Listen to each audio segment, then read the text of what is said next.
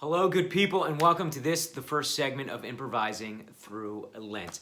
Let's start by putting to rest a few myths. First and foremost, improv does not mean that you need to be funny, quick, witty, fearless, brilliant. It doesn't mean any of those things. What it does mean is that you need to be human. So congrats, you've already got that covered. This series is structured around Lent.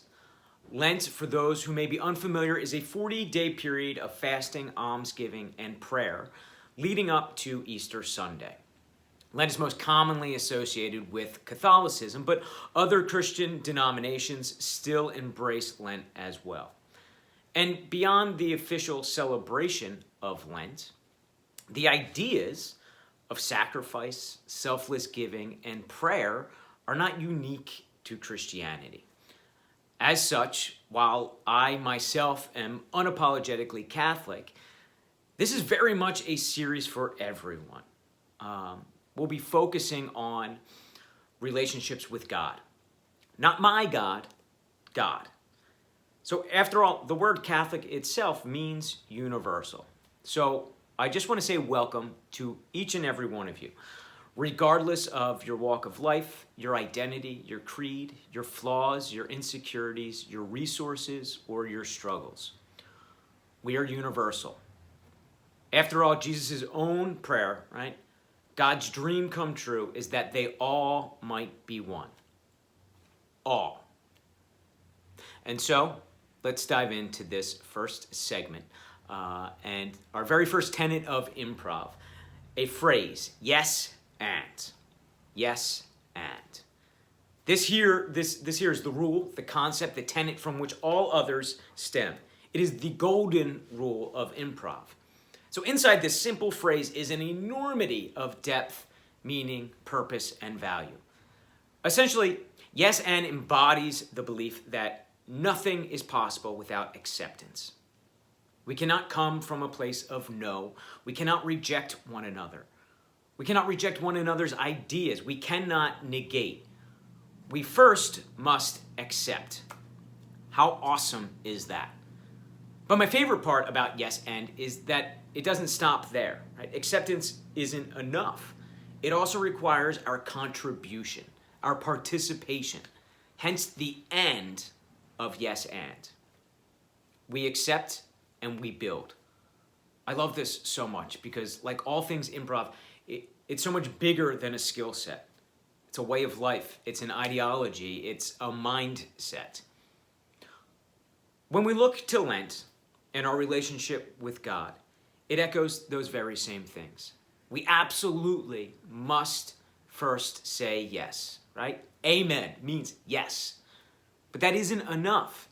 It takes work. It takes participation. It takes contribution. It takes our willingness to build. Yet so often we tend to resist this, right? We tend to sit back. We ask God to do all of the work. We got no problem with that. And then when things don't pan out, we tend to blame God.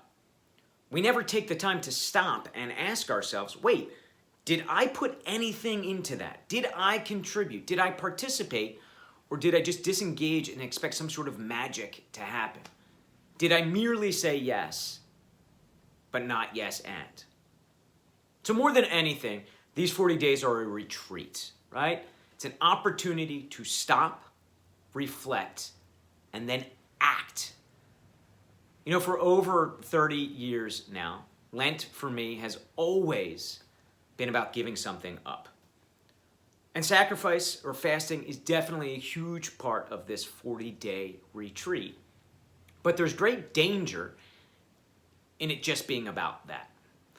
Specifically, when Lent becomes only about, oh, I haven't had chocolate in 3 weeks, woe is me, that approach, that idea, that leads us to making Lent about chocolate, to making Lent about ourselves. It's not about strengthening a relationship with God and one another. But if we say yes to a sacrifice and to an action, we can shift that approach and our perspective. And that's where almsgiving comes in. I said prayer, almsgiving, fasting. Sometimes when we hear almsgiving, we immediately think of donating money because it's a very real example of what it means to give alms. But it's also about how we can take our own sacrifices and find ways of turning them into opportunities for others, for somebody else. So that may mean donating to a charity or organization. It may mean giving our time and volunteering. It may mean simply being present to somebody in a way that we have not recently. Almsgiving is just the complement to fasting. So if fasting is a self-sacrifice, then almsgiving is self-giving, however that takes shape for each and every one of us. In other words, if fasting is the yes, almsgiving is the and. So in the upcoming week, let's make a commitment, a small resolution for ourselves. Not to change everything we do, not to transform the world in the span of 6 or 7 days, but merely to take note of the opportunities to say yes and. In our everyday lives, maybe it's a conversation with a child, with a parent, with a loved one. Perhaps it's an encounter at work. Perhaps it's by chance. Where are those moments in our lives where acceptance and contribution is stronger, greater, more selfless than the idea of rejection and dismissal? So there we have it. All right?